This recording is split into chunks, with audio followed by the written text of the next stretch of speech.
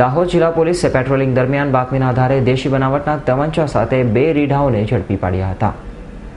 દાહોદ જિલ્લો મધ્યપ્રદેશ અને રાજસ્થાનની બોર્ડર ઉપર આવેલ હોવાથી દાહોદ જિલ્લામાં અવારનવાર ધાડ, લૂંટ અને ચોરીના બનાવો બનતા હોવાથી આવા ગુનેગારોને ઝડપી પાડવા માટે દાહોદ જિલ્લા પોલીસ વડા મયંકસિંહ ચાવડાએ જિલ્લા એસઓજી શાખાના police sub inspector R.H. Bhatt અને LCB પોલીસ ઇન્સ્પેક્ટર H.H. આજરા તથા લીમખેડા પોલીસ મથકના police inspector V.K. Khant staff સાથે વાહન ચેકિંગમાં હતા.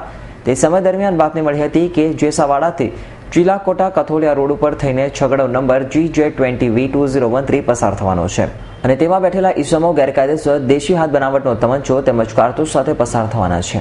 આ અંગેની બાતમી મળતા પોલીસે આ રોડ ઉપર વાહન ચેકિંગમાં ગોઠવાઈ ગઈ અને બતાવેલ નંબરવાળા છગડાને બેટરીની લાઇટથી તેમજ હાથ મારતા તેના ચાલકે છગડો ઊભો ન રાખતા ભગાડી મૂકતા તેનો પીછો કરી છગડાને ચારે તરફથી કોર્ડન કરી ઝડપી પાડતા અંદર બેઠેલ 2 ઈસમો ભાગવાની કોશિશ કરતા ઝડપાઈ ગયા હતા અને વિજય સબૂરની તપાસ કરતા તેની કમરમાંથી દેશી બનાવટનો તમંચો લોક કરેલ મળ્યો હતો.